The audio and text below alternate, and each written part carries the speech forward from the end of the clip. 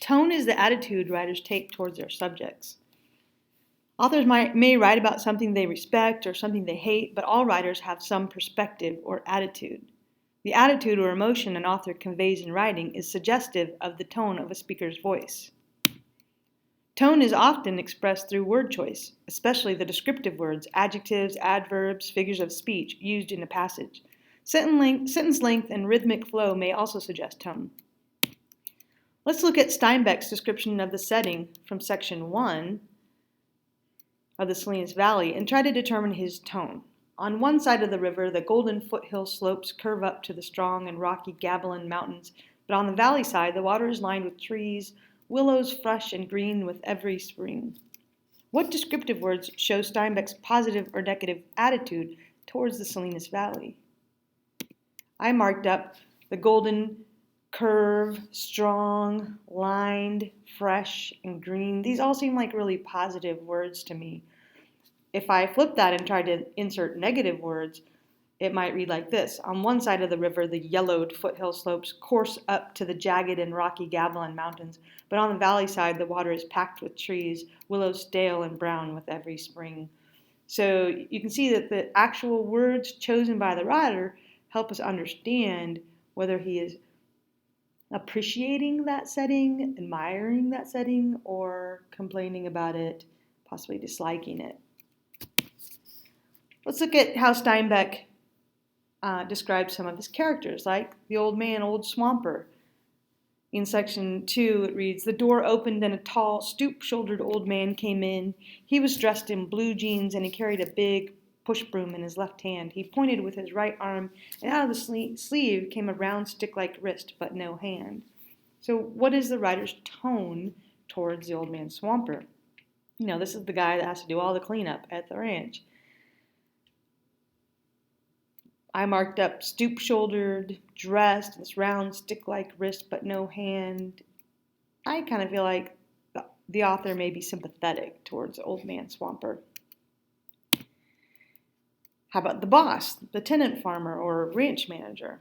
A little stocky man stood in the open doorway. He wore blue jean trousers, a flannel shirt, a black unbuttoned vest on a black coat. On his head was a soiled brown Stetson hat, and he wore high-heeled boots and spurs to prove he was not a laboring man. The boss stepped into the room with the short, quick steps of a fat-legged man. So when you look at the words that I marked here, what do you think the writer, what's his attitude towards the boss?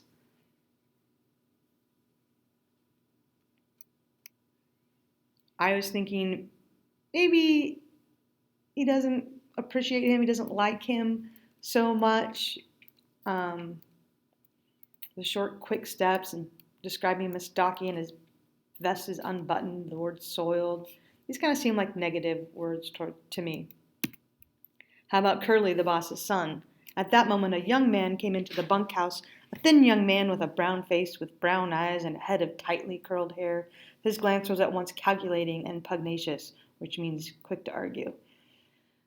Especially the words calculating and pugnacious. Those are quite judgmental words about the character, but I also think giving the character this brown face and brown eyes and tightly wound hair is suggestive that this is a character that the author doesn't like as well. How about Curley's wife? She doesn't even have a job. She doesn't work. She had full, rouged lips and wide-spaced eyes, heavily made up.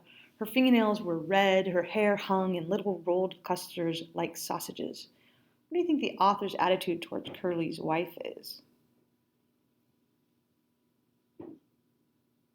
At first you might think, that he's suggesting she's pretty with rouged lips and the wide-spaced eyes, but then he uses this word heavily made up, not beautifully made up.